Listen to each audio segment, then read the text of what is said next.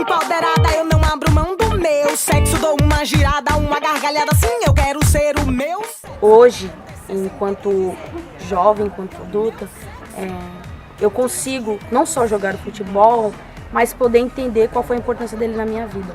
Na minha infância eu tive um técnico, na minha infância eu treinei futebol, mas pelo fato de não ter esse reconhecimento tanto fora de casa quanto dentro, isso não me permitiu continuar jogando futebol. E aí, quando eu chego na minha adolescência, eu tenho um filho, me torno mãe. E aí, quando eu acho que isso vai ser a dificuldade, porque eu não vou poder mais jogar bola porque eu tenho um filho, e é aonde que eu paro para pensar que eu vou fazer uma coisa a dois. E o futebol, para mim, ele tem essa importância, esse significado. A gente tem que ter um sentimento quando a gente for jogar, pensar em tudo que a gente está vivendo hoje na sociedade, mas ele tem que ser feito com amor. Há 1 ano e meio, eu juntamente com mais 2 pessoas, criamos o time de futebol Perifeminas. Ele vem uma luta de engajamento de não só jogar futebol feminino, mas dialogar sobre o machismo, sobre o empoderamento feminino. Nós mulheres fomos criadas dessa forma, por mais que a gente goste de fazer aquilo, não podemos fazer porque somos mulheres. Nos dão outras funções fora do futebol. E aí o homem ele já é criado nesse processo de jogar bola. E aí, jogando bola, e aí eles trabalham, então assim, ele já tem essa função de sair para trabalhar. Nós mulheres temos essa função de não jogar futebol e ficar dentro de casa para zelar pela família. E aí vem essa questão financeira. Os homens têm uma facilidade para ir lá e pagar o futebol, a mensalidade. Nós não conseguimos fazer isso. E isso também interfere, essa questão da gente poder utilizar o campo para jogar bola, pagar um juiz que vai apitar e não ocupar esse campo, né? Que a gente fala, não, o campo é o nosso por direito. E aí quando a gente vem com o time de futebol, né? Que ele se chama Perifeminas, que ele vem de uma inspiração de um livro que se chama Perifeminas, de escritoras periféricas, ver essa inspiração dessa luta de nós mulheres diariamente, não só pela nossa identidade, da nossa raça, mas pelo que a gente pode ou não pode dentro da sociedade. O time de futebol ele iniciou com só jogadoras moradoras do bairro da Barragem, que é na região de Parelheiros.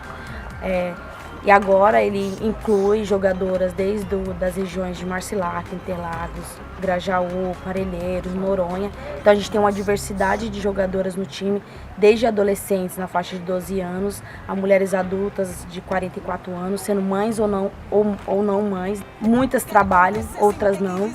Mas a atividade em si das rodas de conversa está acontecendo desde março, com o apoio do Brasil Foundation, que é um projeto Outra Parada, e eles estão financiando esse projeto. Das atividades realizadas no espaço da biblioteca, de que forma a gente utilizar o campo não só como espaço de jogar o futebol, mas de falar sobre tudo que a gente está vivendo, né? Sobre a desvalorização do futebol feminino, sobre a questão do machismo, sobre a questão do preconceito e sobre a questão de dizer que o futebol não é para a mulher. E a partir disso a gente começou a utilizar o campo de futebol para dialogar. Então, entre um intervalo ou outro de uma partida, a gente utilizava de temas que a gente ouvia ali, então frases machistas para conversar sobre isso. E criamos um projeto que se chama Em Campos, local de discutir empoderamento feminino e direitos humanos. E uma das ações que a gente vai estar realizando hoje, que é a nossa 3ª roda aqui no espaço da biblioteca, que o tema é sobre gênero, sobre sexualidade, sobre como a gente desconstrói essas frases machistas que a gente acaba escutando no dia a dia, né? A gente já está na 3ª Copa, né? Participamos de um torneio, agora é uma 2ª Copa de futebol feminino. E pra gente foi importante isso de entender que existe sim outros times de futebol feminino, né? Porque quando a gente ia para jogar, a gente achava que era 1 ou 2 times de futebol. E aí quando a gente vai para a 2ª Copa, que é a Copa Libertadores, e a gente se depara com 30 times de futebol feminino, e aí a gente fala assim que a nossa luta ela tá caminhando, né? Ela não tá para um processo de acabar, mas sim de continuidade. E aí encerramos a Copa Libertadores não por questões da gente ter perdido, mas porque a gente trabalha muito com a questão da ética e moral dentro do futebol feminino. A gente não quer que o futebol feminino ele reprograme o que acontece no futebol masculino. Porque muitas vezes a gente vê a questão da disputa, a questão da hierarquia, a questão porque eu criei, e acaba não dando espaço para as mulheres. E quando você entra dentro de uma Copa onde homens tomam conta do time feminino e eles querem falar pelas mulheres, a gente não permite isso. Então a gente falou, nós fomos o primeiro time a desistir da Copa por essa questão e demos abertura para que outros times desistissem a partir desse nosso questionamento. Olhar olho a olho e falar do que está se passando, até mesmo para quando a gente for de uma partida, a gente não ouvir piadas como a gente escuta, né?